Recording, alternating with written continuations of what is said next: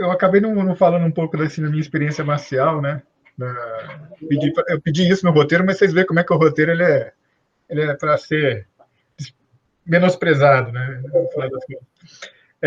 Mas eu acho que é importante falar um pouquinho, e eu queria até pegar um gancho de uma coisa que o Gabriel falou, que é essa do praticar, né? Ele falou que a maior parte do tempo ele pratica, e o estudo ele entra junto com essa prática, né? E é uma constante isso, né? A gente, aqui os três, eu acho que tem uma vivência marcial anterior ao estudo, né? Mesmo que já estivéssemos, no meu caso, por exemplo, eu já estava na minha carreira há algum tempo quando eu comecei a praticar arte marcial chinesa, mas eu já tinha uma experiência anterior, bem anterior com o karatê, de idas e vindas, desde a minha adolescência, e em determinado momento isso voltou, né? Isso reaflorou ali com um retorno para o Kung Fu, que foi, assim, no meu caso, foi uma coisa muito acidental, quase. Eu sou pai, né? Eu tenho um filho, na época ele devia ter, acho que uns 6 aninhos. Ele tinha um problema no ouvido, fácil infeccionava, e a gente fazia natação e ele também. E a gente teve que tirá-lo da natação, e a minha rinite também estava terrível. E a gente descobriu que tinha uma academia de Kung Fu perto de casa. Minha esposa foi lá, aí estava querendo colocar o nosso filho e falou assim, mas tinha que saber se o negócio prestava. Eu falei, então eu faço o seguinte, eu me matriculo também, vou lá sacar qual é. Né, que eu já fiz karatê, já sei mais ou menos ali o que pode ter de picaretagem, de sacanagem, de coisa de ambiente não muito bom. Né, até por já ter frequentado alguns ambientes que não eram muito bons. E aí eu fui, e nisso eu não parei mais, foi acho 2012, né, e dali em diante não parei mais. Depois, em 2014, eu entrei para o Tahiti, especificamente. Aí no Tahiti, no início, até recentemente, eu estava bem dentro da família Yang mesmo, minha instrutora era ligada à família Yang. Comecei a fazer formação, mas eu acho que eu sou parecido com o ex-professor do Matheus, lá de Montes Claros. Eu não gosto muito de linhagem, não. Linhagem é um negócio que me incomoda. Não que eu não as respeite, pelo contrário, eu acho que são muito válidas e é um lugar, de fato, de expressão de tradição. Né? Mas, por outro lado, existe uma rigidez hierárquica que não me cabe. Né? Geralmente não me cabe. E aí eu acabo que eu prefiro algo mais livre. Aí eu procurei o Rodrigo, meu professor de Tahiti é o Rodrigo Apoloni. Né? Eu fui algumas vezes a Curitiba, ele me passou algumas coisas, de vez em quando a gente conversa, e eu continuo praticando. A partir da base do Yang, eu fui pegando, né, com ele o Chen Manting, né, a forma do Chen Manting, e agora eu estou começando a transitar para a família Sun, né, para a forma do Sun Lutang. Né, que é o meu interesse de pesquisa atual. Inclusive, eu, já aqui nos meus quase 50 anos, vou começar a fazer Aikido por um interesse intelectual. Né? Minha ideia é estudar comparativamente Morihei Ueshiba e Sun Lutang, e para isso eu acho que a gente tem que praticar. Né? Por isso que eu falei, eu vou aproveitar o gancho aqui do Gabriel. Né? Não dá para fazer história, né, no meu caso, né, que sou dessa área, de uma arte marcial, sem perceber o que é isso no meu corpo. Né? O meu corpo faz parte dessa investigação. Né? E isso é muito estranho para a nossa área, talvez, até na antropologia também, né? Apesar de toda a questão da observação participante, né? Que o antropólogo já está acostumado desde lá do século XIX, né? A se colocar no lugar, né, do outro, né, fisicamente, né? Mas nós na história somos muito arquivo, poeira, livro, papel, né, e problemas de saúde resultantes de tudo isso. Né? Isso é o historiador. O historiador geralmente é gordo, malnutrido, feio. Eu estou exagerando, claro. Vocês veem que... Atacado das alergias. A rinite não aguenta.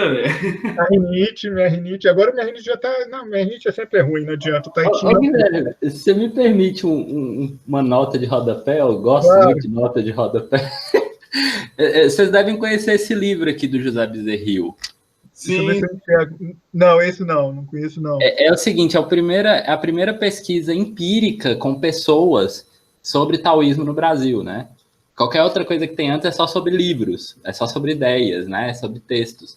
Então, no final das contas, até por ser antropólogo e pelo interesse pessoal dele também, ele pesquisou muito grupo de Tai Chi Chuan. Então, tanto que eu entrei em contato com ele ainda na graduação. E ele, no final do livro dele, o último capítulo, é fazendo essa discussão que você está fazendo. Por isso que eu recomendo. Legal. Assim, Não, então você vai me mandar a referência, porque esse eu não conheço, não. Com certeza, com certeza. E ele faz uma discussão que eu diria que ele foi bem ousado, assim, porque ele realmente dá uma puxada de orelha nos acadêmicos. Ele fala assim, esse pessoal que fica dormindo tarde, ficando de olheira e cansado e achando que isso é bonito. Não é bonito, não. Precisa de mais arte marcial, de mais práticas chinesas. E aí que vem o ponto, ele chega a falar, propriamente dito, assim, ele acha que a vivência taoísta do Pailin, que é o grupo que ele pesquisou, pode ajudar o mundo acadêmico. E aí que o livro dele ficou polêmico, como você já deve imaginar, porque se de um lado agrada muito quem está nesse meio, do outro lado o pessoal fala, ué, como assim, agora eu tenho que virar taoísta para ser um bom acadêmico, entendeu? Mas, de qualquer maneira, é um livro que eu recomendo muito, sabe? Você gostando desse argumento ou não, eu acho que é bem legal. Essa era a minha nota de rodapé para não me estender muito. Essa discussão também é muita discussão que eu vejo lá no Schusterman, né? O que me encantou também no Schusterman é isso, ele trazer para a filosofia a questão do corpo, não o corpo para ser algo a ser refletido a respeito, né? Mas o corpo como lugar também de exercício desse conhecer a si mesmo. Né? E a história também, né? A história não se faz sem corpo, né? Não existe história sem corpo. Né? A história sem corpo é a abstração do historiador lá no futuro, né? A história, enquanto ela está se fazendo, ela se faz com corpos vivos, né, das pessoas. E isso me parece importante, né? Essa ideia. Então, antecipando uma das questões lá que foi elaborada na pauta, né? Eu acho que um dos desafios para estudar arte marcial é, primeiro, quem pratica criar algum distanciamento, né, daquilo, né, porque às vezes ele se apaixona de tal modo que aquilo se torna intocável, inquestionável, e aí a criticidade vai embora. E, por outro lado, quem não pratica começar a aprender, porque sem entender o que está acontecendo efetivamente, numa prática que é por excelência física, corporal, ele não vai entender nada, ele vai achar que aquilo é uma frivolidade, como a maioria das pessoas acha. Né? Mas, Gabriel, fala aí agora, vai. Depois eu volto. Gabriel e Matheus, deixo com vocês. Eu gostei muito do que você falou, assim, da coisa da prática, né? Eu tenho um dos problemas que eu tenho pensado bastante na minha pesquisa, que na verdade eu diria que hoje talvez seja o ponto central, envolve uma discussão que é isso, né? Como eu também estou vinculado a um programa de pós-graduação em educação, né? E eu faço parte de um grupo de pesquisa, né, que trabalha muito a questão da educação e da estética, né? Mas a estética não no sentido propriamente da filosofia, mas a estética pensada também, né, na questão das manifestações corporais, artísticas e tal na escola, né? Tem uma discussão enquanto isso, né? E uma coisa que eu tenho ficado muito impressionado, assim, que me causou muito espanto, é como que, de modo geral, no campo da educação, até nos setores mais progressistas, a gente ainda pensa o aprendizado ou o ensino dentro de um paradigma muito informacional, assim, como se o conhecimento fosse uma coisa, uma informação, né, que eu transmito para alguém, né, uma coisa meio nessa lógica meio que é o que o Paulo Freire chamaria de uma educação bancária. Mas até o Paulo Freire, na lógica, na crítica que ele faz dessa educação bancária, ainda tem um conteúdo muito mentalista, né? O conhecimento pensado enquanto uma informação. É claro que o Paulo Freire, né, ele inverte a brincadeira dizendo sobre como é que essa informação, né, ela tem um conteúdo da vida, né? E como é que a gente pode fazer isso virar uma coisa potente. Mas ainda assim tem uma lógica de pensar o aprendizado como uma ideia de transmissão, né? Transmissão de conhecimento ou transmissão da cultura, né? Como você vê na antropologia clássica, né? Essa ideia de transmissão e tal. E quando você vai praticar, você nota que, na verdade, muitas das coisas elas não são transmitidas, elas emergem da prática, né? Assim, o aprendizado, ele, na verdade, é você fazendo. Quando você está aprendendo a fazer algumas coisas, você, na verdade, aprender já é fazer, né? Como é que você aprende a fazer pesquisa? É fazendo pesquisa. Você não tem uma hora que você, né? Claro, você tem uma hora que você se prepara, você tem né? É claro que esse aprendizado tem etapas, mas é fazendo o que você faz, né? E acho que a arte marcial, ela coloca isso de volta pra gente, né? Eu acho que tem um texto que eu estava recentemente relendo do ofício do sociólogo, né? Um texto da imaginação sociológica do Wright Mills, um texto, né, importante na sociologia e tal. E lá pelas tantas ele fala isso, né? Olha, eu acho que quando você é um acadêmico engajado, e e você está fazendo o teu trabalho com gana, não tem distinção entre o trabalho e a tua vida, porque você está toda hora engajado, você está toda hora pensando, praticando, fazendo.